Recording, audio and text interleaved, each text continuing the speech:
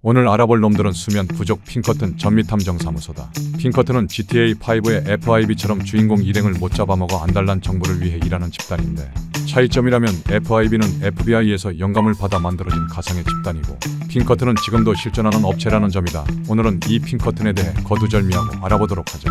핑커튼 전미탐정사무소는 미국의 일리노이 주 시카고시에 위치한 쿡 카운티의 제1호 형사이자 미국의 제16대 대통령이었던 에이브러햄 링컨의 전속 경호원으로 활동했던 것으로도 유명한 앨런 제이 핑커튼이 1850년에 자신의 이름을 걸고 설립한 용역업체다.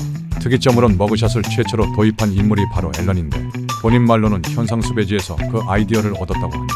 앨런은 앞서 말했던 링컨 대통령의 경호원으로 활동하던 시절 1861년에 일어난 볼티모어 음모를 극적으로 저지해 내면서부터 본격적으로 유명해졌고, 자연히 이들의 활약 덕에 목숨을 건지게 된 링컨도 남북 전쟁 기간 내내 핑커튼 요원들로 하여금 자신의 경우 일체를 담당하게 했을 정도로 핑커튼을 크게 신뢰한 것으로 알려져 있다.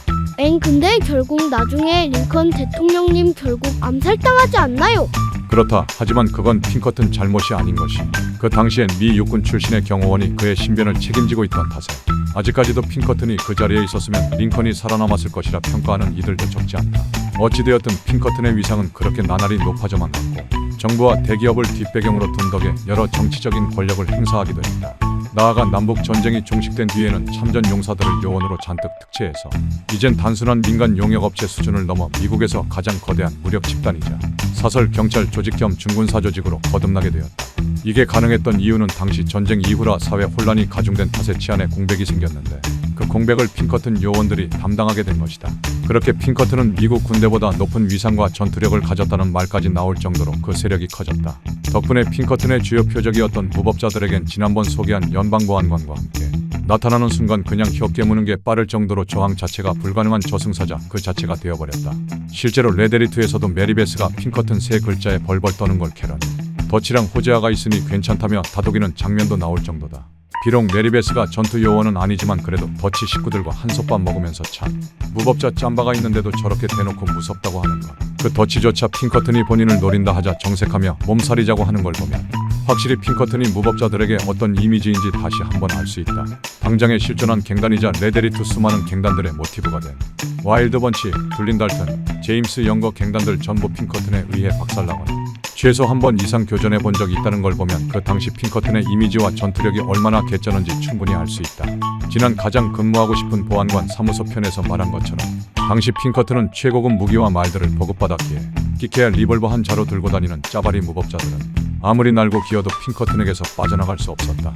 거기다 핑커튼은 어쨌든 탐정사무소이기 때문에 무법자들과 관련된 신문 기사들을 한데 모아서 수사 자료로 활용하는 과학 수사 기법을 최초로 정립해내기도 했으며, 또 흑인과 여성을 정식 요원으로 고용하는데 당시 기준으로는 상당히 파격적이고 진보적인 면모도 보였고, 또 사회 치안 유지라는 측면에 있어서 일정 부분 이상 공헌하였던 것은 분명한 사실이기에 대체로 긍정적인 평가를 받는 편이다. 하지만 그만큼 부정적인 평가도 많은데, 그 이유는 19세기 중후반 미국 산업화 시기의 절정기인 일명 도금시대 때 자본가들의 충직한 사냥개를 자처하여 노동자들을 존나 무자비하게 탄압하는 용역 강폐지를 벌였던 흑역사가 있기 때문이다.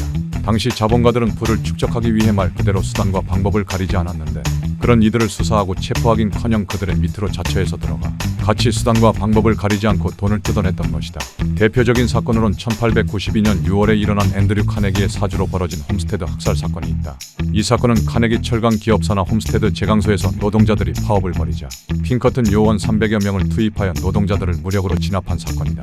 이 사건에서 약 10명 정도의 사상자가 발생했고 부상자는 수십 명이 넘었다고 한다. 덕분에 이들은 민중들로부터 깡패부대, 제복 입은 무법자라는 오명으로 불리게 되었다. 그렇게 핑커튼은 원래도 엄청났던 세력이 자본가들의 도움으로 더더욱 커지게 되었지만, 훗날 사회가 점점 안정기에 접어들며 법치 시스템이 재정립되어가는 한편 국가 공권력까지 위협할 정도로 핑커튼 전미탐정사무소 조직이 지나치게 비대해질 때다. 앞서 말한 홈스테드 학살 사건 등을 계기로 정부 요인들의 눈밖에 나기 시작하면서 결국엔 1893년 3월에 정부에서 핑커튼 같은 사설 탐정이나 용역군들을 고용할 수 없다라는 내용의 반핑커튼 법이 국회를 통과하게 되었고, 1908년에 루즈벨트 대통령의 지시로 미 연방정부 법무부 산하의 정식 수사기관인 법무부 수사국 BOI, 지금의 FBI가 신설되며 더 이상 민간 기업인 핑커튼 사무소에 의존하지 않게 되자 이때를 기점으로 핑커튼 사무소는 서서히 몰락하기 시작한다. 재미있는 건 레데리투에서도 이런 핑커튼의 몰락이 반영되었다는 것이다.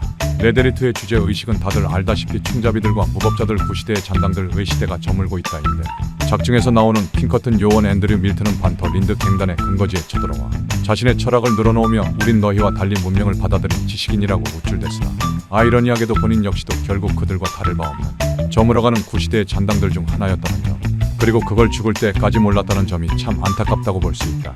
지금까지 핑커튼 전미탐정사무소에 대해 알아보았다. 더 알고 싶은 정보가 있다면 댓글로 적어주길 바란다. 지금까지 긴 영상 봐주셔서 정말 감사합니다.